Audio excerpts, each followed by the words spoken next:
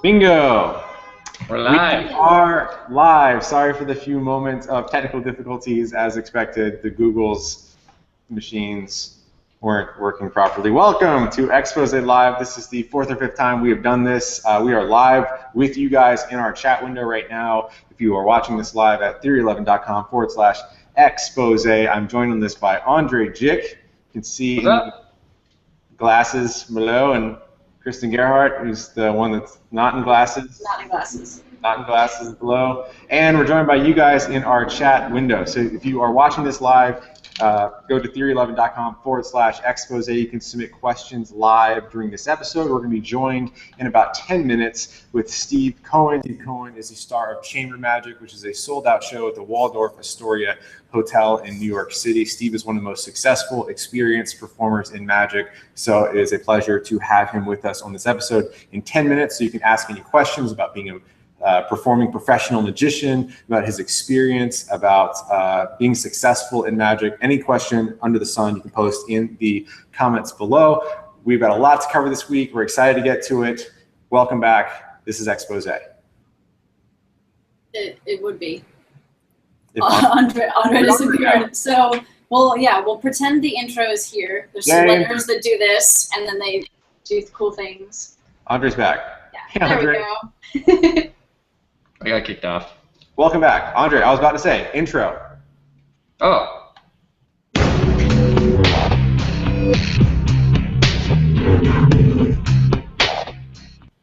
Yeah! Woohoo! Now it's official. All right, so let's get some.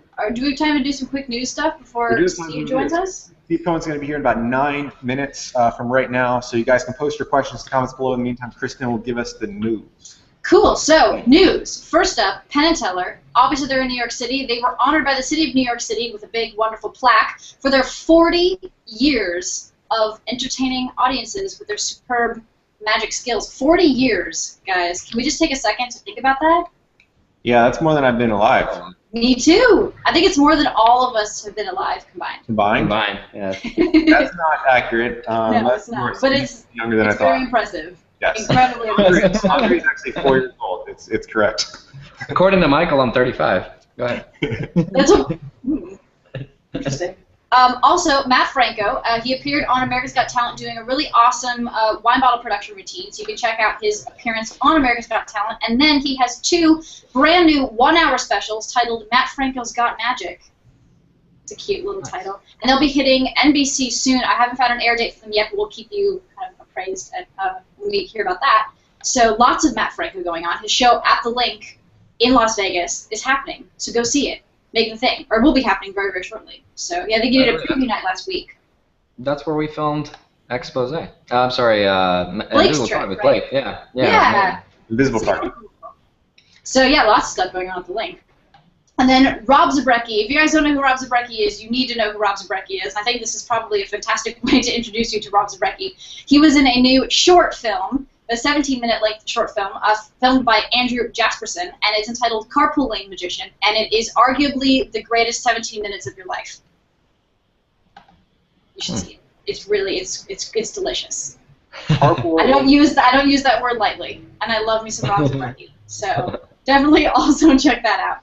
And then we had a bit of a wonderful moment. I feel like the fabric of space-time converged when David Blaine went to David Copperfield's show, and we had a double David moment.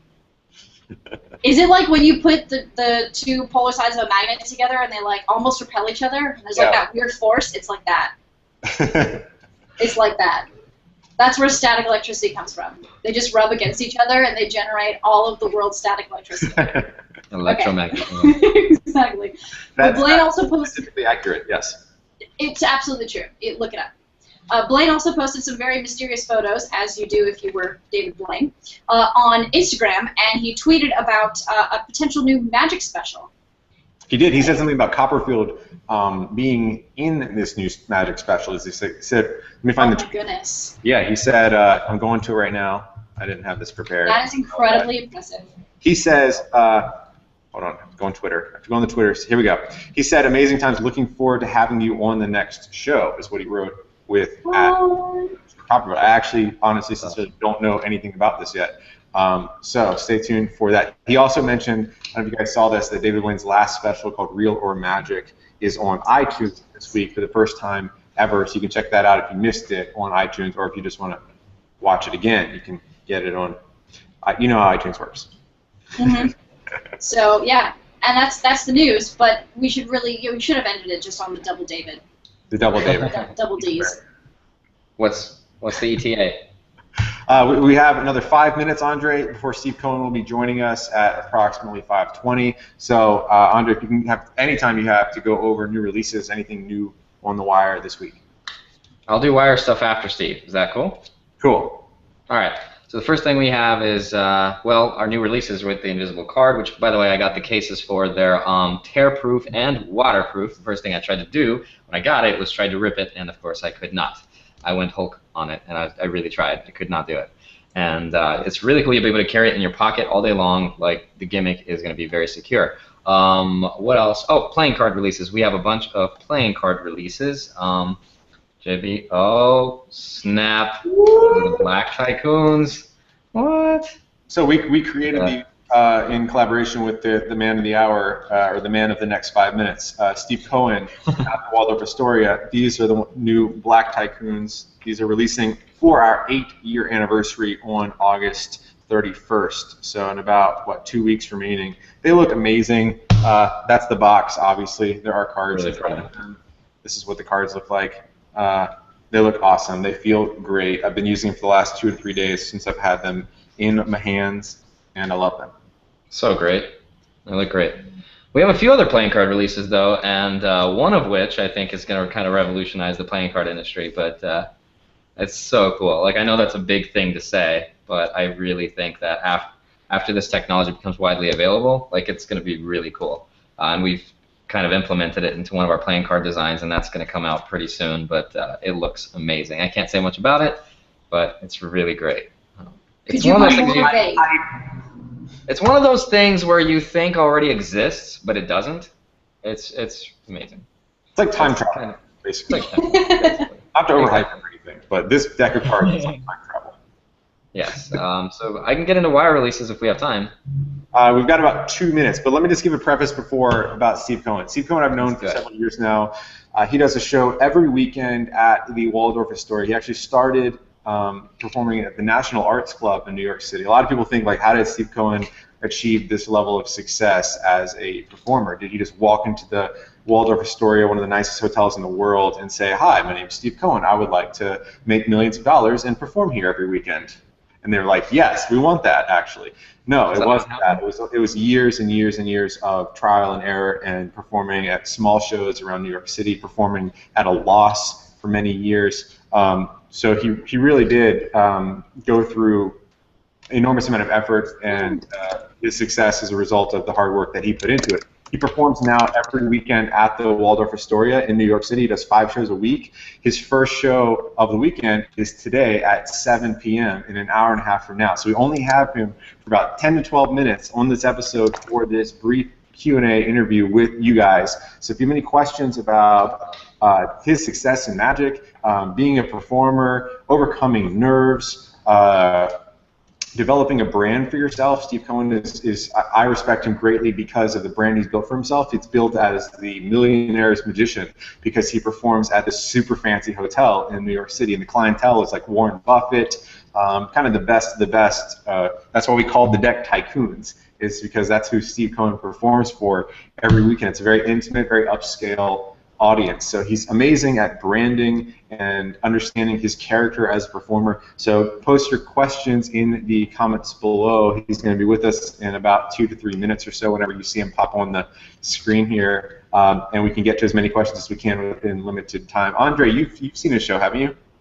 I have not seen his show, actually. I've wanted to see it for a long time. I've met him a bunch of times. Yeah, he's amazing. He's a super nice guy, but I've never seen his show. He's kind of like the real deal. He's not just a guy that's successful, and he's just like a good character. He's got technical chops. He's really good. He's very well studied. He spends a lot of time at Bill Kalush's Conjuring Arts Research Center in New York City. He had a show on the History Channel where he caught a bullet. That was like the highlight of the show. He reenacted epic legendary magic effects of years past. That's why it was a History Channel special because he did historical magic, but he recreated these things.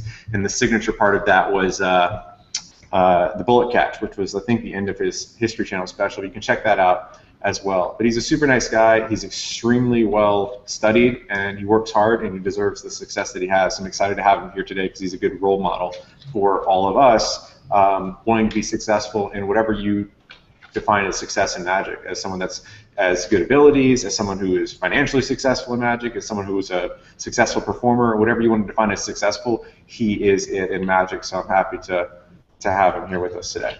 He's also incredibly well dressed. Yes. He's unbelievably well dressed. All right, here's my story about this. So I went with Steve to when he was on David Letterman's show, and during David Letterman's show, he was wearing a full, very fancy like suit and with what do you call the tails, whatever. He was wearing a suit and tails on Letterman. So afterwards, we were going to go get some food. So Steve says, "Oh, let me go change into something and get this suit off me." Because I'm like, "Yeah, of course. If I was wearing a fancy suit, I wouldn't want to go out to eat wearing that." And so he goes to change, and he comes back downstairs like 10 minutes later wearing a different suit. Yes, that is how you do it. That's the definition of class. Is not only changing from one suit to another suit that just to go out to dinner, but that you can do it in 10 minutes. Yes, that he is that. So this is not just a character he plays. That is who he is. He's a very dapper, GQ-esque dressed guy. I think he had a feature in GQ this past year. So he also wears pink very well. His what? He also wears pink very well. I haven't seen him wearing pink. I don't think. I would assume. You haven't lived. You have not lived. I haven't. Actually. This is not real. This is Matrix. I'm not living. You got a pink tie, right? Mm-hmm. Yeah, I think so. I think we should all be him for Halloween. I'm just throwing that out there. I would honestly, we would all be extremely well dressed if we were him for Halloween. So I'm seeing a lot of questions come in already for him. We're taking notes of all your questions that you guys are posting. So when Steve joins us in a moment, let's see, let me make sure he's not having any issues connecting. Looks good so far. He should be with us any moment now. Andre, when did you meet him? Man, I met him like 4 or 5 years ago. I think my goal is to get him into cardistry. That's my only goal in life. Wasn't I with you that night? It was after one of It was at Chris's house. Yeah, it was at Chris's house, I think, actually, where I first met him. But you met him again in New York, right, with me? No, that's true. I did in your apartment in New York. Yeah, I do remember that. Yeah. That was the first time. He's so well spoken. He never goes out of I don't know. He's just so well mannered and well spoken. He never says ain't. Proper. Yeah, he's just very proper vocabulary. I believe it. I have yet to meet him. Huh. I like him. Unfortunately. Okay. Okay, so I just sent him a new link, so he will be joining us in a few seconds here.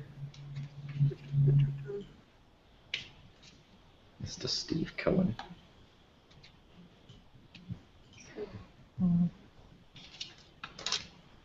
The Google machine has not been cooperating with us very much today. Steve Cohen will be with us in a second. I just got a text message from him. He is en route on the internet to our... Traveling. Yes. Yeah. Good questions coming in. I'm reading in the chat right now about his background in psychology.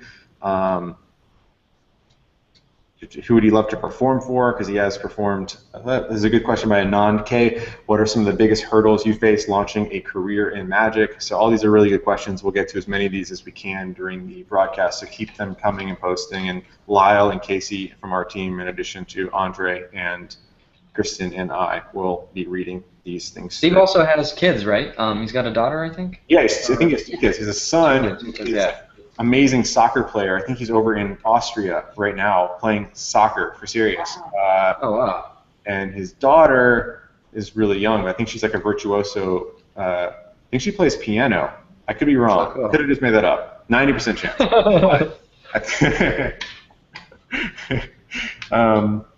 No, but yeah, he definitely does have 2 kids. He speaks fluent Japanese. What? Oh, yeah, he does. You're right. He does. Fluent Japanese. I believe his wife is Japanese, and he's actually the translator for Tenyo, the magic company. He translates a lot of their magic products into Japanese. So he's been active on every side of the industry as a performer, as someone who studies magic, and also as a translator for other magic tricks. So he knows everything about everything. He's a great resource. Andre, you were asking if does he do any cardistry. I remember like he's played around with cardistry before. I was teaching him something. I was teaching him, and he was getting into it. I think I could do it. Just need to spend more time with him. He'll crack. You watch.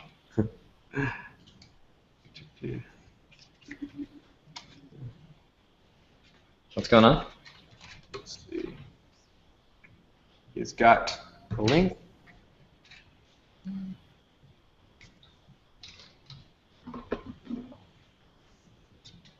He has texted me back. I will show you guys while we're waiting here a closer look at the new Black Tycoons. Andre, is that what you're holding? No, I'm holding Nomads. Ew, I'm holding Tycoons. Kristen, what are you holding? A cat. No, my cat's over there. He's sleeping. I'm gonna get my Black Tycoons. Oh, Oh, Steve Cohen, we have him. Hello. Welcome. what is Hello. that? Hello, guys. How are you? Sorry for Yeah, the mix-up yeah. with the link situation. What's the situation? The link. I sent you the wrong link or something to join us in here, so now you're good. You're in a very fancy backdrop. Tell people where are you right now? I'm actually here in my suite at the Waldorf Astoria in New York City, and getting ready for my shows tonight. I've got 2 shows tonight, 3 shows tomorrow. So, just getting myself prepared. I have to get I have to fill up the teapot with lots and lots of drinks. Steve's trick that's in his show at the Waldorf, if you haven't seen it, is a trick that's called Think a Drink, which is a very legendary effect that he recreates in his show, where the audience members can name any random drink, and he continues to pour drinks from the same tea kettle. And he has them taste it to make sure these are actually the drinks, and they're not just colored. It tastes like the drink that they want in this tea kettle. Yeah, they ask for crazy drinks sometimes. Like I've got last week, someone asked for horchata from Mexico. That's awesome. And then I poured it. And someone asked for a mango lassi from India, and I poured that. And then one guy went to ask for, this is my favorite. A guy asked for a frozen margarita. So I poured this. It slushes out of there, the frozen margarita. And then right after that, the next guy asked for hot chocolate with mini marshmallows. What? So I pour out the hot chocolate, and then one guy in the back's like, "Where's the mini marshmallows?" And just as he was saying, it was like divine timing. These little marshmallows go plunk, plunk, plunk right out of the pot. So it was the best ever. So cool. Awesome. Well, I know you got very limited time. We told people that you got a show at 7 o'clock, so the doors are going to be opening for that soon. So we're going to try to keep this to about 10 minutes and keep things fast. We've got a lot of questions that have already come in. We've already showed people these things. These will be in the show tonight. Actually, I'll be using these tonight. That will be the first actual performance using Black Tycoons? That's correct. This will be because I just got them yesterday, so this is the first day it could possibly ever be used in live performance. So let's get into some questions now. There's people are asking lots of things. We're talking about your experience as a performer, as a business person in magic, just a successful practitioner of magic. There's a good question by Anand K that I see here. It says, how have you garnered so much success in your magic career? What advice would you give in terms of marketing, branding, and being a successful professional magician? So I guess he's saying not just about like learning good skills, but what advice would you have to someone that wants to be successful as a professional in magic? Well, I think that the most important thing really is that I never really focused on the business. I was always trying to make my act as tight as I possibly could, because I'm a magician. I'm not a businessman. I kind of became a businessman by default or by proxy, because I had to, because I wanted to work. I wanted to be doing a lot of magic shows, and I figured that the only way I could actually do that was by figuring out a venue for that. But if you have 100 different tricks that you're always working on, you're never going to be able to narrow that down to actually perform them. So one of the hardest things to do is to select and make choices, and the choice has to be which items do I want to keep, which items do I want to get rid of. And once you actually focus on just the magic that you want to do and narrow that down into an act and make it into like a saleable act, that's when you can start talking about business, because you can't start talking about business when you don't really have anything to sell. So I found that there's a lot of people who may think, oh, well, Steve Cohen's doing a magic show. I could just rent a room at a hotel and do the same thing. And sure, you could, but the problem is you'll get people in there one time, and they're not going to help you spread the words, becoming your press agents for you.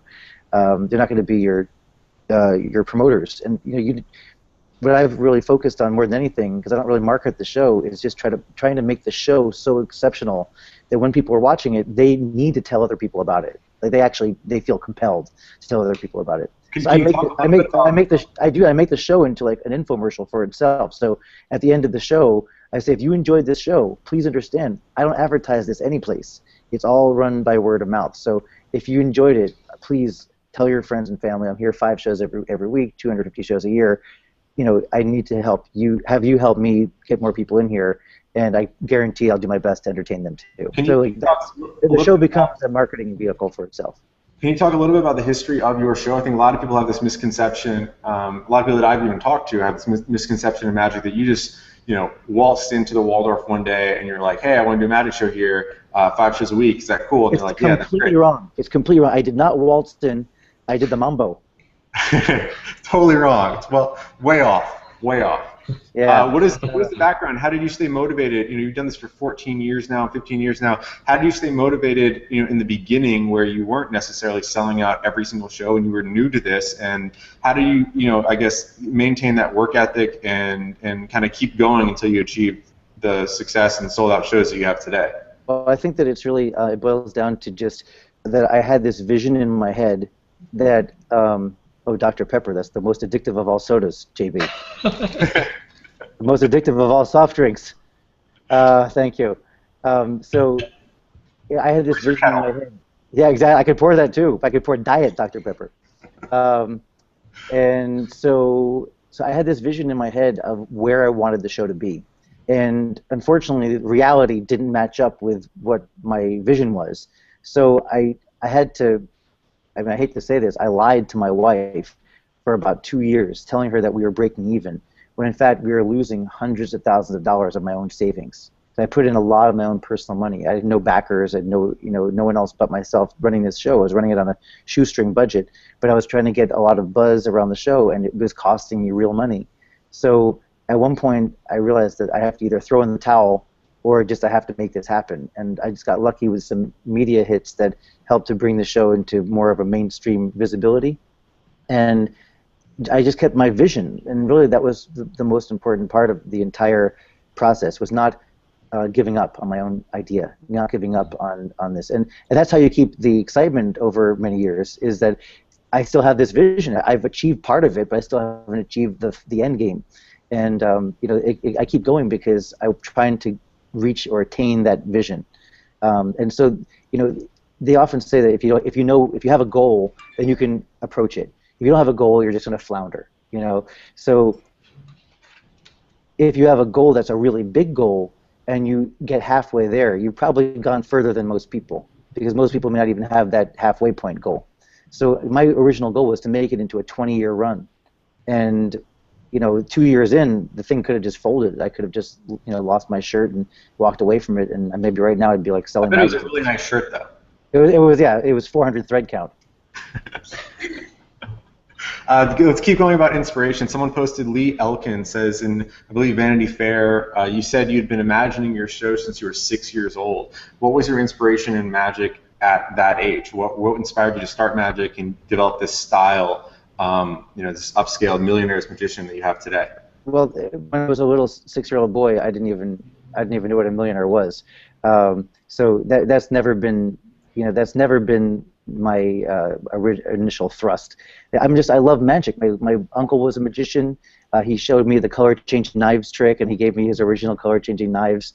And I was like every other kid, but I was really very passionate about it. And went to Tannen's Magic Camp as a boy. Met a lot of my friends there. Like, I just had dinner last night with Derek Hughes, who's on America's Got Talent now, and we were both at Tannen's camp as kids together. David Blaine was in my camp, in my class, my camp group. We drank bug juice together. So I've just been a passionate magician ever since I was a kid. And then along the way, I found, because I was living in Chappaqua, New York, which is where the Clintons live now. Bill and Hillary Clinton live there. It's a very wealthy community. And I ended up finding myself getting hired to do birthday parties in people's mansions. And these mansions were like $2-3 million mansions, $4 million mansions. So I got very, kind of used to being in that environment. And I realized that I had to ramp my game up if I was going to be in that environment. I couldn't just be some, some schmo that comes in from Hoboken. No offense to Hoboken. From Hoboken. Yeah. So anyway, over the course of time, it was kind of like a very Darwinian, where I either had to like be really good in that environment or find something else to do and perform somewhere else. But it kind of worked. You have to see what your own persona is. I'm not a great comedian. So I can't work comedy clubs. I'm not a very commanding presence. So I don't work large theaters. And I eventually at one point came across this one of my now heroes, but at the time I had never heard of him. I came across Johann Hofstadter. And I learned who Hofstadter was. And I looked at him and I thought, wait a minute, here's an Austrian guy, and I'm part Austrian, who looks kind of like a banker, and I look kind of like a banker, and he doesn't have a commanding voice, and I don't have a commanding voice, and this guy's a genius, and I'm like, well, I'm kind of a genius. So, a genius at magic in my own mind. So I worked really hard to see if I could make something like Hofstadter had done, and which is to have these salon shows, and I had this epiphany as I was walking down the street one day in Manhattan. Maybe I should do a salon show in like a different mansion or a different fancy apartment in Manhattan every week. It would be kind of like a rave, like where you get a phone call and you'd be sent to a new place every week. Well-dressed rave. It would be like a rave with like instead of party drugs, you'd have like Chardonnay. And so like I thought it'd be kind of cool to do like a magic rave in a way where no one knows where they're gonna go. So then I asked I only knew one rich guy, a really wealthy guy, and he was a top executive of Salomon Brothers and worth like hundreds of millions of dollars. And I asked him when I was in my 20s, would you mind if I did a magic show in your house? And he says, no, you can't do it in my house. Forget it. My wife will never let you do it. I don't want you to do it, so forget that. And so that idea just went out the window. And then I was out on the street looking for a place to perform, and it's really hard. It's you're a magician. You want to figure out a place to entertain people, but rather than being at a party where people come to do something else and you happen to be there, my dream was to make magic the destination. And so I think that there's a whole different power play, or different dynamic, when the audience comes to see you specifically. They know that they're going to see magic, and they're in the mindset. Like when they're putting on their clothes, they're putting on their. We have a dress code here at the Waldorf. They're putting on their suit, they're putting on their dress, they're getting all dolled up, and they know they're going to see magic. So instead of going to the opera or instead of going to the ballet, they're going to see a magic show. And that was what I wanted to do. I wanted to make it a high-end luxury destination. Steve has a very strict dress code at his show, such that when Larry Fong, the cinematographer of Watchmen and 300, was coming to see his show, had to stop by my apartment in New York first because he had to wear my pants. He didn't. He only brought I think jeans, and he didn't want to wear jeans to your show. So Larry's actually pretty comfortable walking out in public with no pants. I love everything that's happening right now. Can I just say that? So. Yeah, but there's a very strict dress code at Steve's show. You have to wear pants. That's it. Do we have time for one or two more questions? Yeah, I have time for like 3 more minutes. I have 3 minutes left. Okay, so let's get to a few things. Can you give us a very brief story on the history behind what is your most signature effect, which is Think a Drink? What is the brief story behind that, how that came about, and how has that developed into a, not maybe the, but a very significant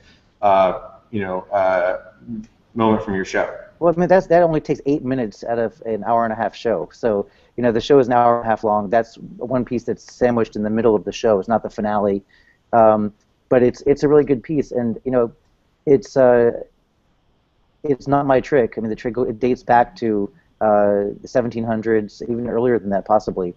But Robert Houdin used to perform an inexhaustible bottle where he would pour drink after drink after drink at the same bottle, at the same wine bottle.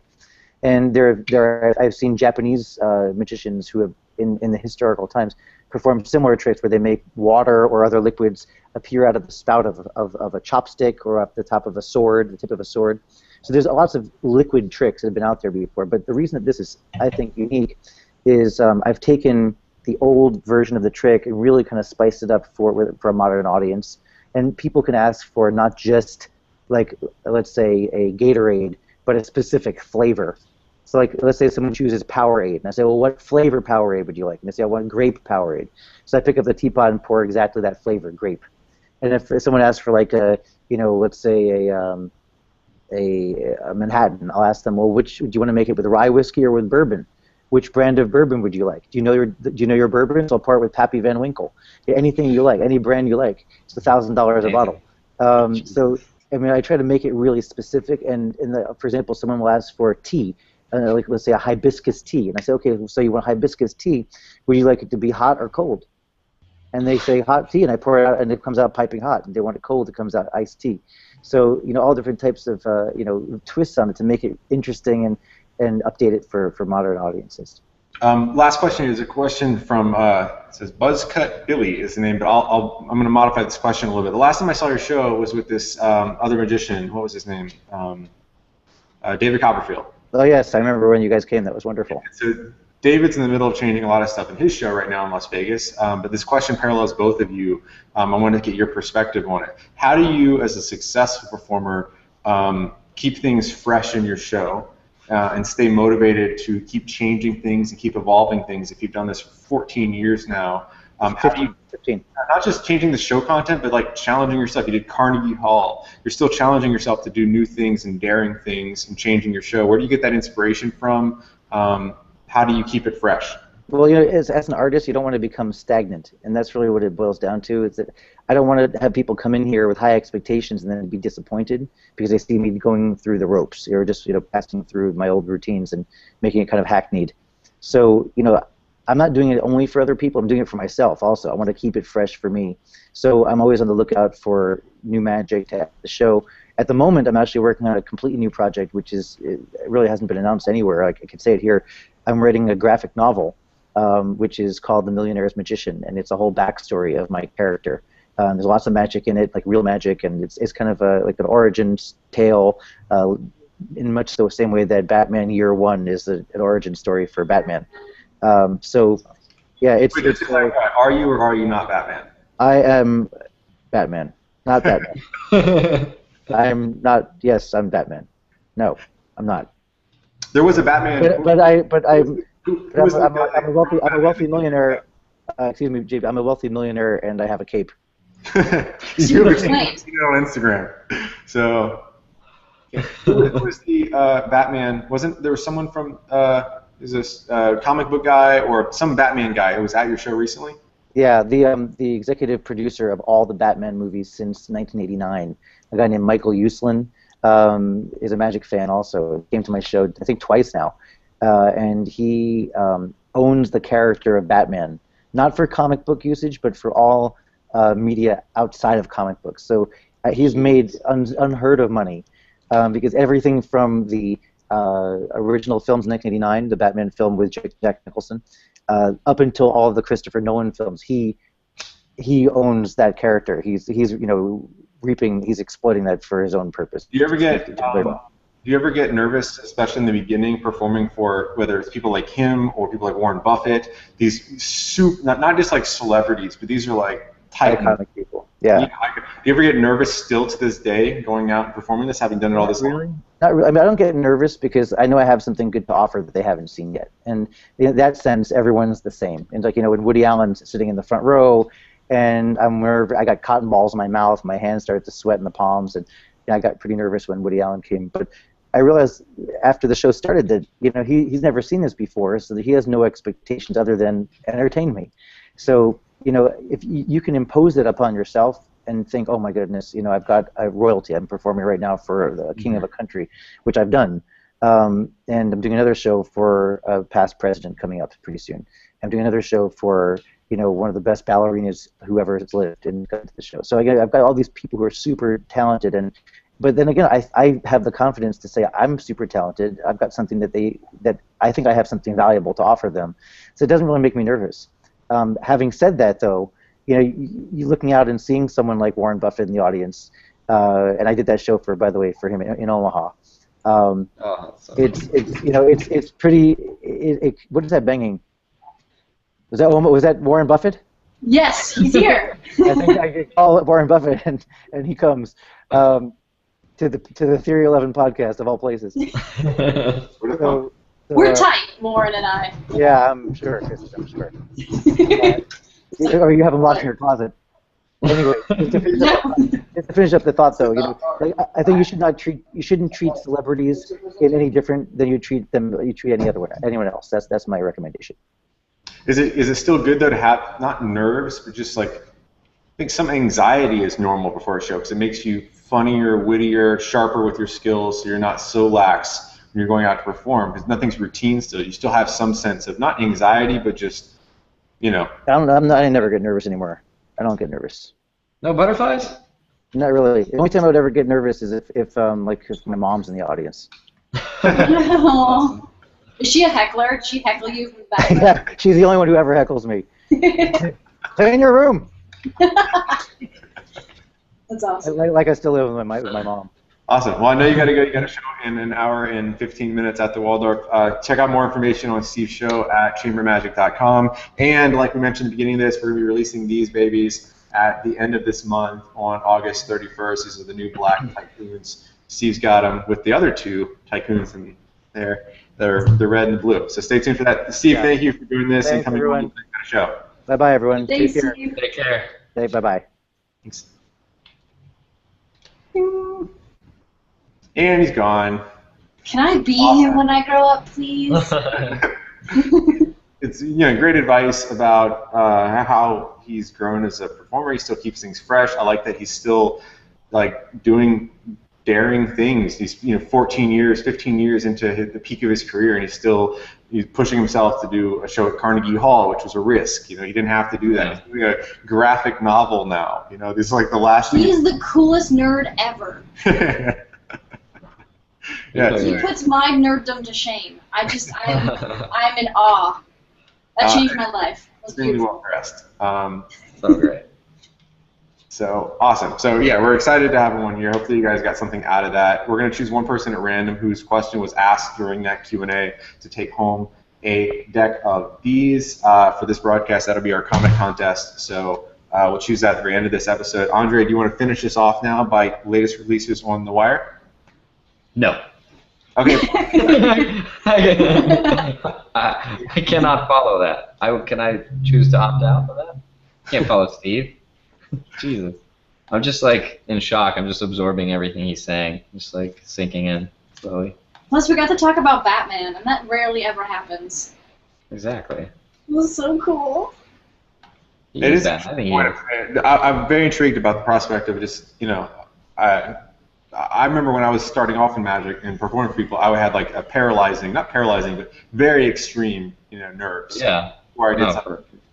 Where it was like, it definitely affected my performance in a negative way. I remember like being on stage for some of the first like big shows I did and having my hands like shake or something else that was not a good way of nerves. But then, just by performing often, it's not that I've totally overcome that. It's just you just learn to manage it and channel it to a good thing where, if you talk to Blake Lloyd about this a lot, I was saying like, how did nerves help you as a performer? They make you funnier because you're like, you realize like what, you want to be good. You want to be a good performer. You want to be funnier. You want to be wittier. You want to be sharper. You want to make sure your skills are sharp and you don't mess up the trick. Whereas if you're too lax, but like Steve mentioned, once you've been doing it for so long, it's like riding a bike. And the first time you ride a bike, it's really nerve-wracking. What the hell is this strange metal device I'm on? And then the 400th time, it's nothing. And I've seen Steve, obviously he mentioned what he did, and I've seen Copperfield backstage before a show, and Copperfield will be eating dinner 30 seconds before he's about to go on stage. That's ridiculous, yeah. With a soup and spoon or fork, and it's like, oh, David, it's time to go on. He's like, okay. And then he just goes, I'll call you later. David Copperfield's spending 6 hours a day on stage on Saturdays. He does 3 shows a day on Saturdays. When you do something that often, just develop a familiarity and a comfort with it. So it's not about nerves at that point. But at a certain point, nerves are not necessarily bad, is the point I was trying to make.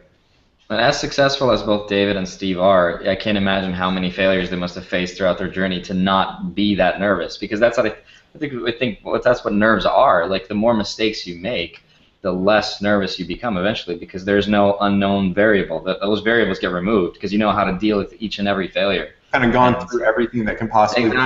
Exactly, because you already did it. So what more is there to be nervous about? And I think that's what nerves are. How many times must they have messed up and recovered, and know how to recover now from how many tricks that they do So it's not you're not afraid of the unknown of what if I mess up, because you've already messed up there. You've already done it. To do. Exactly. Yeah. I can't imagine. That's amazing. So about wire releases. So now, on to the important stuff. Let's see. A few highlights this month is Follow the Rabbit by Nguyen, which, by the way, if you guys know how to pronounce this last name, it's spelled Nguyen. Is it Nguyen? Do you guys know? Nguyen? Nguyen? Nguyen? I want to know what was that? What was the last one? Nguyen? I don't know. I to Steve, actually. That was what that noise was. So anyway, it involves a 4-of-a-kind and a random card, and it's a really seriously clever, well put together routine. Check it out.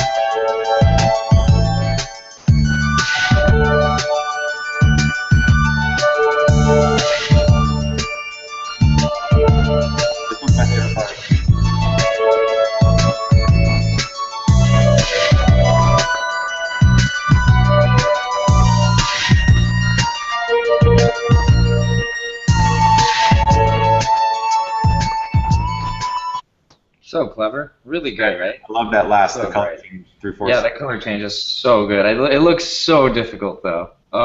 It's like making my hands sweat. Okay. Next up is Don't be afraid of it. You have to do it and fail, remember? I know. Get rid of my nerves. Next up is Pulse by Seleznev Dmitry, which is a cardistry, cool, multi-packet cut with a twist, because he's doing it with the deck horizontally as opposed to vertically. And it's this one's not free. It's, I believe, 99 cents, but let's check it out. It's called Pulse.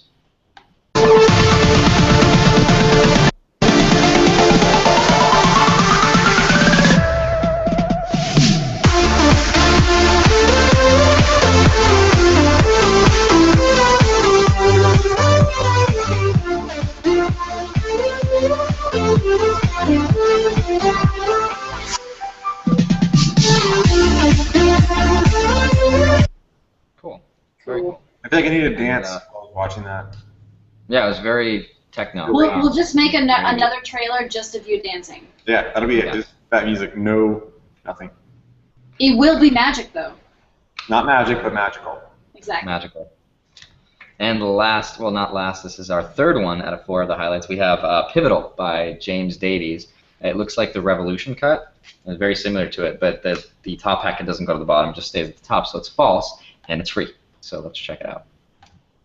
Play me at night, they won't act right. I'm being a hip hop, it's got me stuck like a crack pipe. The mind activation, react like I'm facing time like Debbie Mason. With pins I'm embracing, wipe the sweat off my dome, spit the phlegm on the street. And the Nikes on my feet, keep my cipher. Oh, pretty cool. I like it. Flourish looks very cool. The deck in that video looks very, very old. It looks like a Dmitry deck, yeah, like it's growing fungus on the side of it. I think that helps. I'm pretty sure that helps. But I'm pretty sure you can do it with a new deck, but maybe a little harder. And last but not least is Some Kate by Rostislav Korst. It's a very spinny two-handed cut, which looks really cool when done with tally-ho circle backs, like he's using.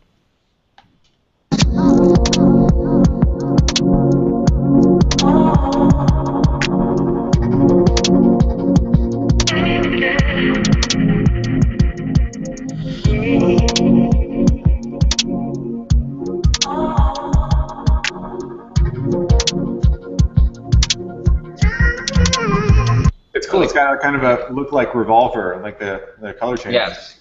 Yeah, it looks like that. I like that a lot. And that's all of the Wire releases. That's about it. I did want to tell you guys a story about the Rarest decks, JB, that you mentioned. I remember last Exposé you talked about our 8-year anniversary. Not our, Not your and I. Yeah, because you not guys have together. been married now for 8 years. Andre, this is live. Don't tell people. Yeah, well, I mean the companies, but that's what is it? Oh, you asked people the rarest deck, and so we got a lot of submissions like Rarebit, White Gold Monarchs, White Centurions, Jerry's Nuggets, Dunes, all those very valid point like answers. Expensive decks, rare decks, but there's one that I was looking for 2 weeks ago, which was a deck that I have that I consider to be my rarest deck, and only one guy on YouTube and media section said that he had, which was let me take you back to 1855. No, it's a Monarch deck, the original Monarch deck that we released. I don't know if you remember, JB. It was like when we were so excited because it was our first step into like luxury playing card market. So we used like the French imported paper and like really nice luxury paper with a gold foil, and we were so excited. We put them up on theory11 for like, I don't know, we limited to like 150 decks, and no pictures. We were so excited about the deck. We were like, people are going to like it. Like sight unseen, we put them up, and in 90 seconds the deck sold out. No pictures, nothing. We limited, though, to about 150 decks, and it got sold out. And then when we got our copy in, we looked at it, and the original design was supposed to be blue, like the color of the Monarchs, but the leafing on the back of it was gold. Like right now it's white. All of our editions are white, so it's blue and white. But the original was supposed to be, yeah, for the contrast. And JB, being the perfectionist that he is, was like, I don't know. And he destroyed tens of thousands of these Monarchs, like literally tens of thousands. Just completely. It's not like we like put them under our couch. We're like, recycled. Yeah, recycled, right. But we didn't like throw them under our couch to release later. Like he destroyed all of them. And but 150 remained. And I had like a brick of them for photography, which I never did.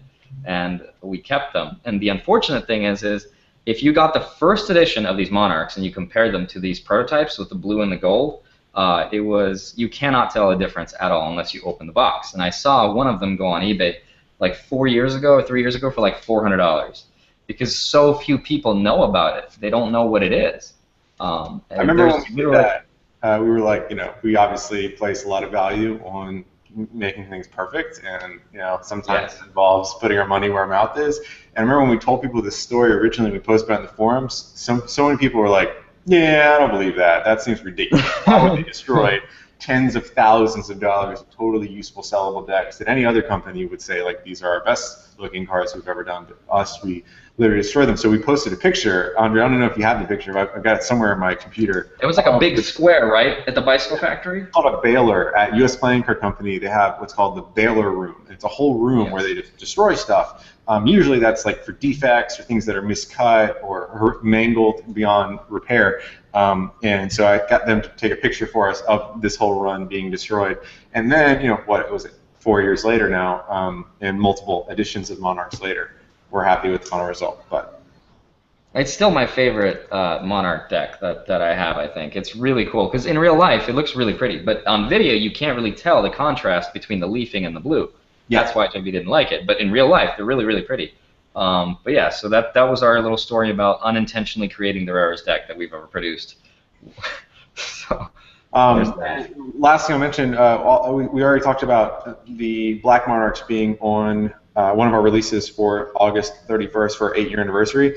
The other release that will happen at the end of this month is Blake's Invisible Card, which is what Andre was talking about in the top of this episode. The Invisible Card, we showed you guys a brief clip of this in last week's episode, but basically you have your hand, you're holding your hand, the spectator names a random card, it's a free selection. They can say Queen of Clubs or Jack of Diamonds, whatever they say. You open up your hand and you're holding one card, you don't switch it, nothing in your other hand, you open up that card and there is, that's their card. You're correct 100% of the time, there's no guessing involved. So obviously there is a card involved in your hand, and shocker, there's a gimmick involved. It's all self-contained. It's really easy to do. It takes you like minutes to learn this. You'll be carrying it around at all times. But because you're going to be carrying it around at all times, that's we knew that we'd have to have a way to protect this card that you're going to have in your pocket. So imagine, if you keep a normal playing card in your pocket for 6 months, it's going to have problems. So we built a little case for it. So Andre, do you have one there? I do. I don't know where it is. I got it. Here we go. Do you have one? Okay. Here's a little sneak peek. So this is what it looks like. This is just the case. This is not the gimmick. I'm not exposing anything. You can see it has theory11 logo on this side that's blind embossed into it. And it has a little Blake Voigt logo. If you look at this, it looks like just a circle, but it actually spells out V-O-G-T, as in Really Blake's cool. last name on the other side of this. This is blind embossed. But that's not even the cool part. The cool part, like Andre mentioned earlier, is that this is indestructible. It's cannot rip it. waterproof, tear-proof paper. So the idea is you can keep this thing in your pocket at all times, and it's going to protect the card that is inside of it. Someone's asking in the comments here, can the spectator keep the card? Absolutely not. No, they cannot keep the card. But there's no reason for them to keep the card because it's a... You'll see. You'll see. Don't worry about it. Yeah. So in the trailer that we're going to be releasing at the end of this month on August 31st, you're going to see multiple performances. We have a whole reel separate from the trailer that shows you guys multiple performances of this happening. It really is as good as it sounds. It's a simple effect. You're holding your hand like this. Spectre names the card. Open your hand. That's the card you're holding. It's a beautiful routine. It's really simple. So we're really excited about it. Someone also is asking, what makes this different from Joshua J's Inferno? The easy answer is everything. Yeah. Minus the plot. Blake actually was with Joshua J at Magic Live about 3 to 4 days ago, and they got to jam in session and talk about Josh's effect and Blake's effect. They really don't have anything in common minus the plot. Both of them are awesome. Blake is a big fan of Josh's effect. Josh is a big fan of Blake's effect. So there's definitely no love lost there. They're both cool, but the methods are entirely different. I don't think any other questions that are coming in here. That's all I got. Andre, anything else we were talking about invisible card? That case, by the way, it feels like you can rip it, doesn't it? Like you're like, I don't know. You're like, wow, theory11 went cheap on these things. But really, like, we researched, Blake and I did, for months, figuring out this type of, it's a special synthetic paper. It looks like normal paper. It's very thin. It's not a difficult thing to carry around your pocket. Originally, we were thinking, like, oh, we're going to have to make this out of, like, leather or something to make it durable enough so that you guys can carry around this card at all times. Because you're going to want to. We wanted it to be small, though, so like carrying a big leather extra wallet wasn't going to be practical. So what we ended up with was this, which looks like paper until like I didn't believe it either. I had to try it, and you cannot tear it. You can get close, but it will not tear, and it's also waterproof. So that is cool. I think that's it. Andre, anything else you want to mention? Kristen, anything else you got for this week's episode? We are good. Steve's awesome. Steve is awesome, so hopefully you guys got a lot of good advice and insight from that interview. I know he was only on here briefly, but obviously grateful for any time he has. He's got a show at 7 o'clock, so that is exciting, and that is all I've got for this week. One last piece of news I can have is the last thing I'll say on this episode, last piece of breaking news. Be sure to stay tuned to The Tonight Show with Jimmy Fallon next Friday. Next Friday, there may or may not be some magic on that episode. That's all I'll say for now. Stay tuned to theory11 on Twitter and Facebook and Instagram. We'll be posting more details if and when something may or may not be happening. That's all I got for this week, guys. Thank you to Kristen for joining us and Andre for joining us and doing magical flourishy things in front of the camera right now. And you guys for answering questions and sticking with us for some technical difficulties at the start of this episode. We'll see you guys next week. Thanks for watching. Thanks, guys. See you guys. See you guys. Peace.